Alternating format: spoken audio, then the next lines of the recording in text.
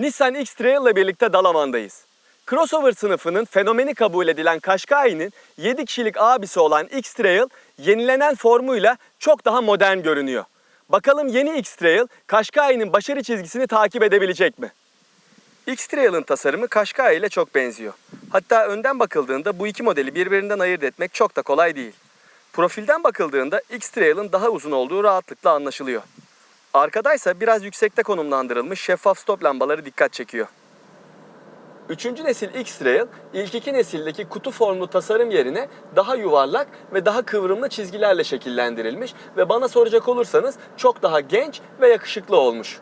Tabi gençlik aşısı sadece dışına yapılmamış X-Trail'ın. İçi de yepyeni. Yani yepyeni sayılır. Çünkü buradaki kumandalar, göstergeler ve malzemelere baktığımız zaman Qashqai ile birebir olduğunu çok rahat bir şekilde görebiliyoruz. Kokpitteki malzemelerin kalitesi yüksek. Kumandaları erişim ve kullanım da kolay.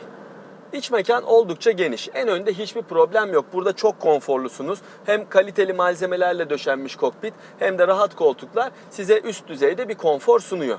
İkinci sıradaki koltuklarda yetişkinler için iyi diz ve baş mesafesi sunuluyor. Burada yetişkini bile bacak bacak üstüne atabiliyor. Bu çok iyi. Ama aynı şeyi 3. sıra koltuklar için söyleyemeyeceğim. Çünkü burada yetişkinler sadece çok zorda kaldıkları durumlarda oturabilirler. Onun haricinde bu sırayı ancak çocuklar kullanabilir. X-Trail 550 litrelik bagaj hacmi sunuyor. Bu da Qashqai'nin 430 litrelik hacminden 120 litre daha fazla yer olduğu anlamına geliyor. Tabii bu ancak 5 kişilik oturma düzeninde böyle. Eğer 7 koltuğu da kullanıma alırsanız o zaman sadece elinizdeki küçük eşyaları koyabileceğiniz bir alan kalıyor.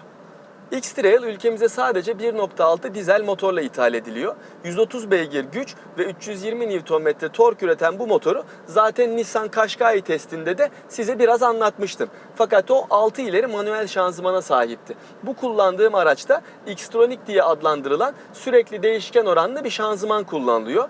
Bu şanzımanın motorla uyumu iyi. Hiçbir problem yaşatmıyor. Hatta sürekli değişken oranlı olduğu için sessiz de bir yapısı var. Ama buna rağmen manuel kullanmak isterseniz de kademeli yapısıyla gerçekten sanki normal klasik tipte bir şanzımanla bu otomobili kullanıyormuşsunuz hissini size yaşatıyor.